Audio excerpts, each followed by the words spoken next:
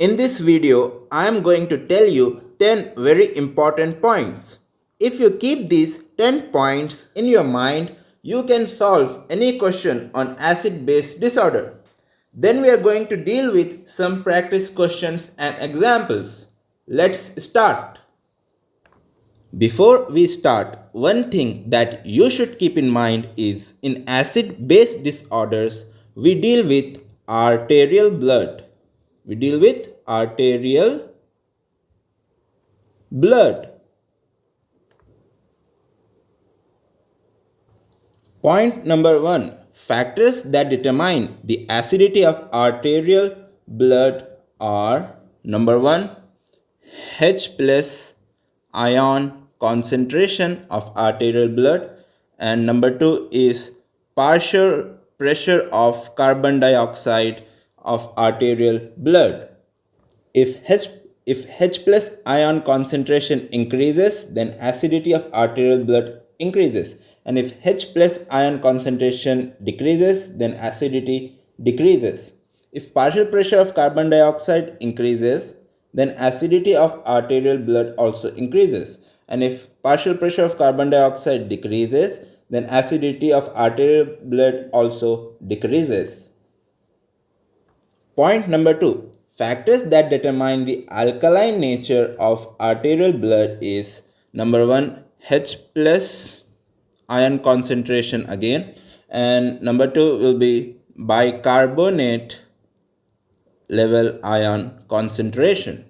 Here, if H plus ion concentration increases, then alkaline nature of arterial blood decreases, and if H plus ion concentration decreases, then the alkaline nature will increase.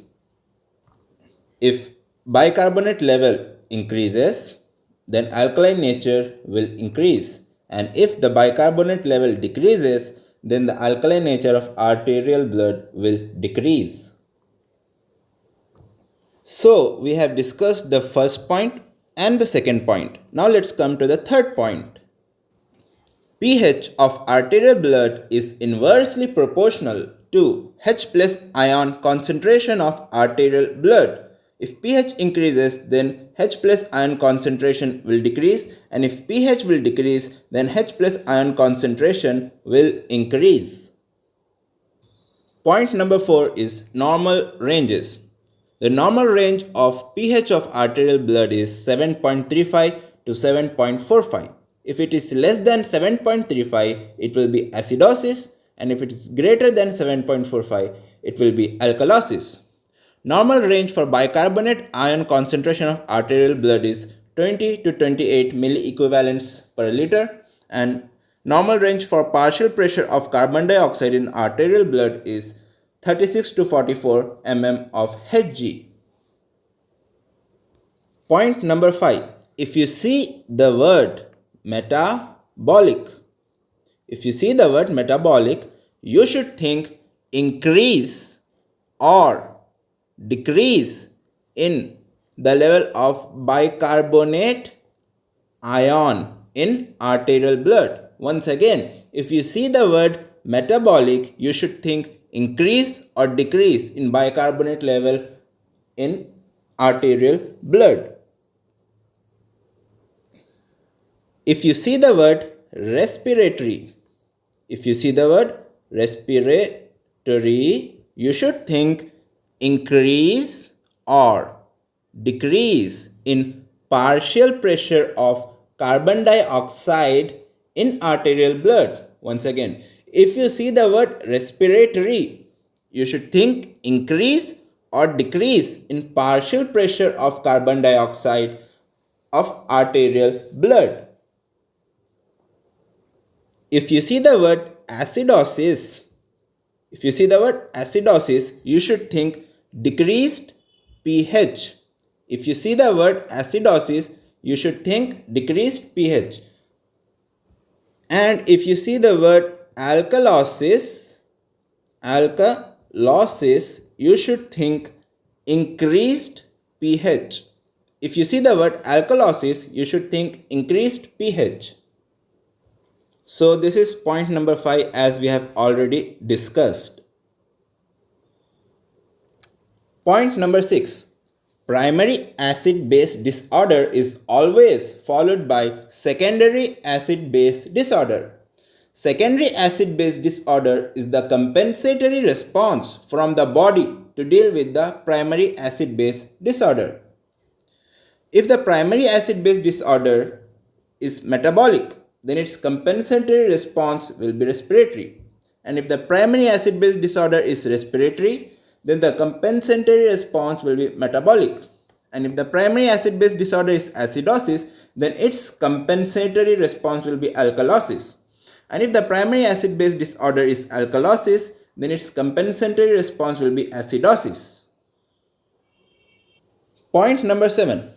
If primary acid-base disorder is respiratory, then the compensatory response will be from the kidneys and it will be a slow, delayed response. If the primary acid-base disorder is metabolic, then the compensatory response will be from the lungs and it will be a fast and immediate response. Hyperventilation, that is increased breathing.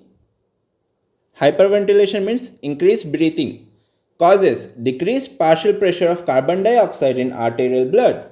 Hypoventilation means decreased breathing causes increased partial pressure of carbon dioxide in arterial blood. Increased renal bicarbonate reabsorption causes increased bicarbonate ion concentration of arterial blood. Decreased renal bicarbonate reabsorption causes decreased bicarbonate ion concentration of arterial blood. Point number 9 is Henderson equation. Henderson equation is used to calculate pH of arterial blood. You should by heart this formula. Point number 10 is Winter's formula. It is used to calculate predicted respiratory compensation for metabolic acidosis. You should by heart this formula. If measured is greater than predicted, it will be respiratory acidosis, and if measured is less than predicted, then it will be respiratory alkalosis. Now let us do some practice question. Question number 1. pH of arterial blood is 7.2. Bicarbonate ion concentration is 18. What will be the primary acid-base disorder and its compensatory response? We know that normal range for pH of arterial blood is 7.35 to 7.45. Given pH is 7.2, it means it is decreased pH, so it will mean it is acidosis. Normal bicarbonate ion level range is 20 to 28. Given is 18. So we know that increase or decrease in bicarbonate ion level is called metabolic. It's called metabolic. So the primary acid-base disorder will be metabolic acidosis. So what will be its compensatory response? Let's go to the point number 6. So, if the primary acid-base disorder is metabolic acidosis, so its compensatory response will be respiratory alkalosis. So now let us see some examples. Number 1, anything that causes hypoventilation is respiratory acidosis. Examples: lung disease, obstruction of airway. Anything that causes hyperventilation is respiratory alkalosis. Example: anxiety, hypoxemia. Example number 3. Anything that causes loss of H+ ions or gain of bicarbonate ions causes metabolic alkalosis. Example: vomiting. Metabolic acidosis. For metabolic acidosis, you should always check anion gap. You should by heart this formula.